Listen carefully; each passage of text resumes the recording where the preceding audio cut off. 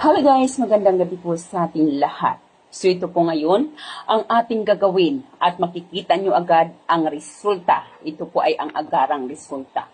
Yung kung nais ninyo na papakamahalin kayo o lalo kayong mamahalin ng inyong mahal or kukontakin kayo ng inyong mga mahal, ito po ang simpleng gabay na ating ituturo sa inyo. Napakasimple po lamang, basta po wala kayong alinlangan sa iyong sarili. Marami pong nagtatanong sa atin, ma'am, bakit po minsan hindi po gumagana ang ginagawa natin?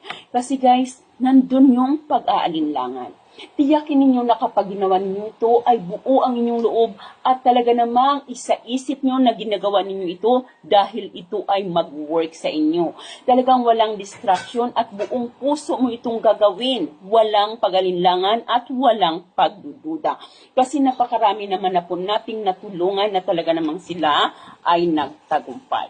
Napakasimple po lamang ng ating gagawin ngayon. So kukuha po lamang tayo ng puting papel, kahit anong klase ng ballpen, baso na may tubig. So ito yung ating baso, lalagyan po ninyo ito ng kalahating tubig at kailangan natin ng 3 kutsara ng asin. Okay, kapag handa na ang ating kailangan at handa na rin ang ating mga sarili, ay maaari na tayong mag-start.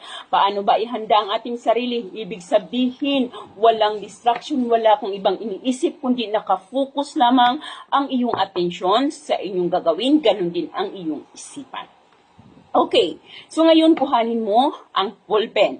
Isulat mo dito ng 3 beses ang kanyang pangalan, kumpletong pangalan. Kung alam ang kapanganakan ay isaling, ngunit kung wala naman, hindi alam ang kanyang kapanganakan, huwag na pong pilitin. So kumpletong pangalan, kumpletong pangalan, kumpletong pangalan. Sa likod ay isusulat mo, kukontakin mo ako ngayon din. Tatawagan mo ako ngayon din. O kung ano man ang inyong kahilingan, yun ang isusulat ninyo sa likod ng papel. Okay, halimbawa, mas mamahalin mo ako lalo. Kung ano man ang inyong kahilingan, yun ang isulat ninyo sa likod ng papel na sinunatan mo naman sa harap ng kanyang pangalan.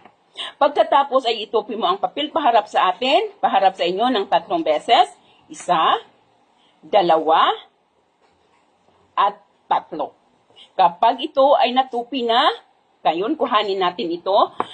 Ang tubig dito hanggang kalahati, ngayon ilagay natin ang asin. 3 kutsara, 1, 2, 3 kutsara ng asin. Kapag nailagay na, ay saka natin ito ilagay ang ating papel kung saan natin isinulat ang kanyang pangalan at ang ating hiling.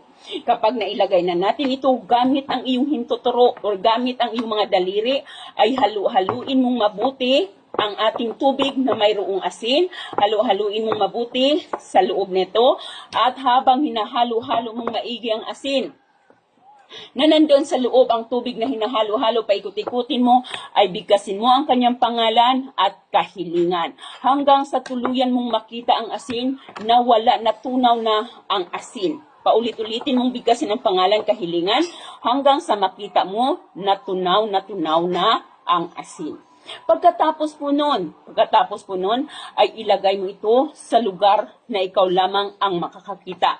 Maaari mo itong itaglagay doon hanggat gusto mo. Kapag nais mo na itong i-dispatcha, ay maaari natin itong itapon sa ating mga toilet or sa ating mga lababo. Gawin po ng tama guys, lagi nating sinasabi, dapat mayroong damdamin at talaga namang sincero ang inyong pagkakagawa. Huwag na huwag pong lalaroin.